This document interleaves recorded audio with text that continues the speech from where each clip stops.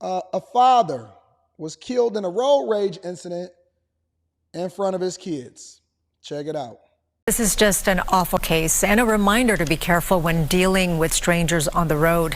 California leads the nation in road rage incidents, and in this case, two children were in the middle of a violent and deadly confrontation.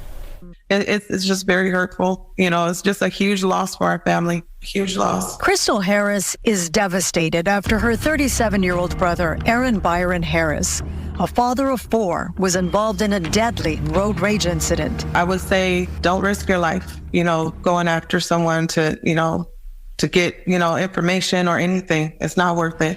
The deadly encounter happened on Saturday. Aaron was driving on the 210 freeway in Highland shortly before 8 p.m. with his 4- and 5-year-old kids. A motorcyclist identified as Jonathan McConnell clipped Aaron's sedan and just kept on driving. Aaron followed the biker, and the two men ended up in the parking lot of Joy's Lounge in Highland. Let me tell you something. They laugh at me because I'm willing to walk away from confrontation, and I just call my insurance company. I got a hit and run on a run. Y'all can go and catch them. This is what their license plate was. I'm keeping it moving. I got a daughter. I got a 16-year-old daughter that I got to make sure that she get through college and she get married one day. They depending on me. I got people that work for me. All of these dudes, these crash dummies out here that's willing to put their life on the line in order to get some respect. Now your wife is widowed. And I know that we don't want to shame the victim, but there's no reason why they should have been confronting each other inside of a parking lot. Don't you know that somebody ain't playing fair out here? I keep trying to tell y'all and step outside of what you think is culturally appropriate because nobody cares. Nobody cares. And when you walk away, guess what? Nobody even is going to remember that day.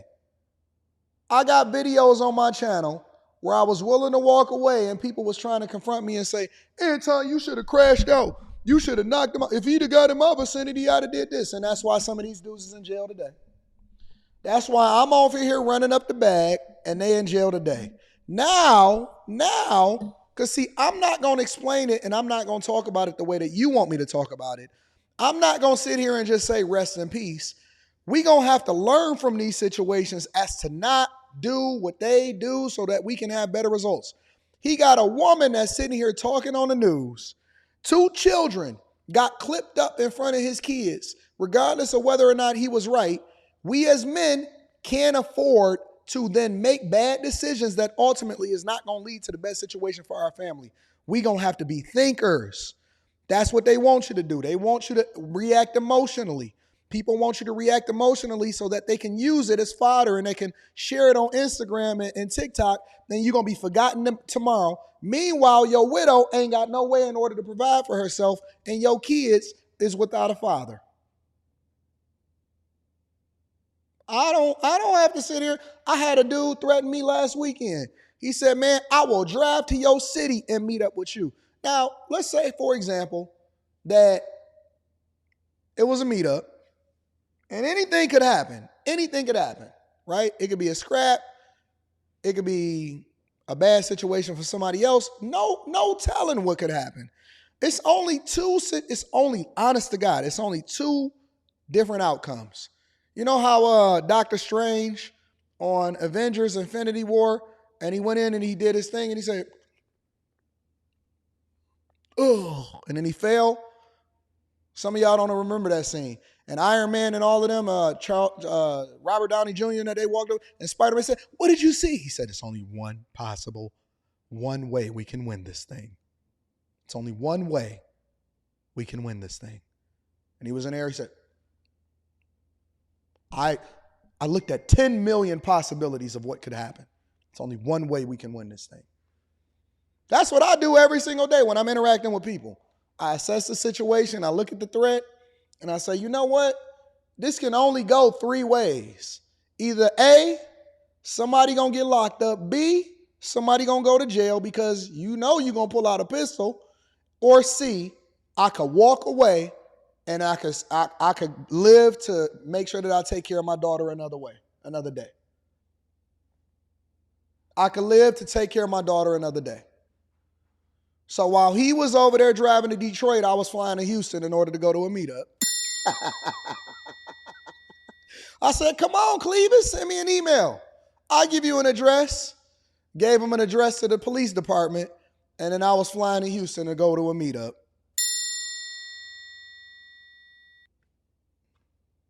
Straight up. He said, email me, show me the place and the time. I said, okay, I got you. Gave him an address right next to the police department, and then I was flying to Houston in order to meet up with y'all and party, and we was out there, They was like, Anton, drinks on me. Let's have a good time.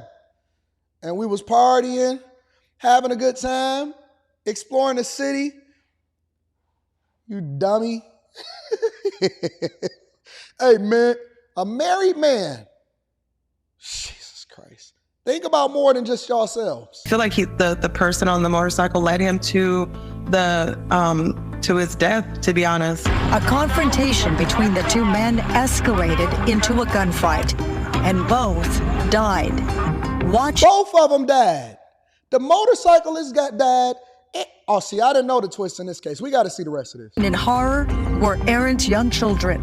The kids, when I talk to them, they just sound traumatized, and more so, they just said, Auntie Crystal, my dad is dead, and that hurt my soul because they were in the car witnessing the whole incident. Crystal has set up a GoFundMe account. Why they got a GoFundMe? No life insurance, no money put up, kids can't go to college, kids gonna be raised without their father by their auntie.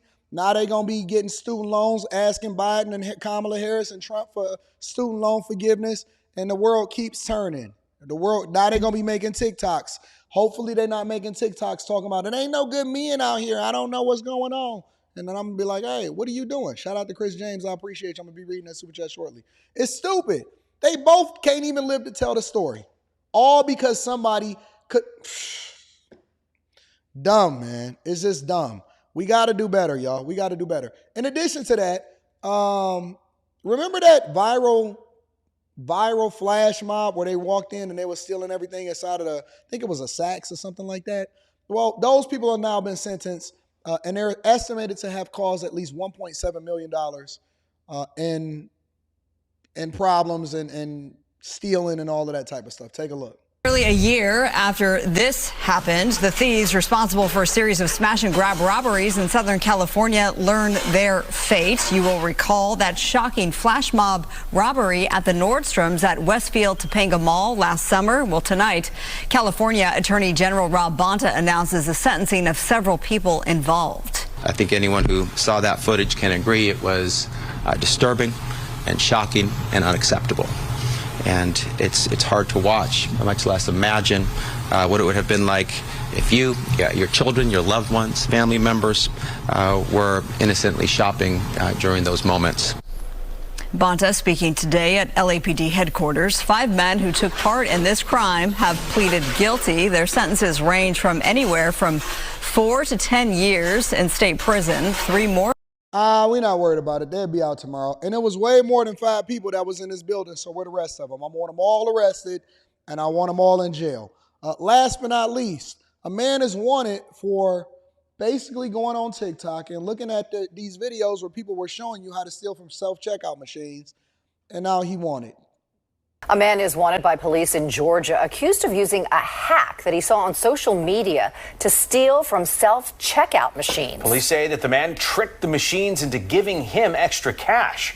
Fox's Doug Evans has the details.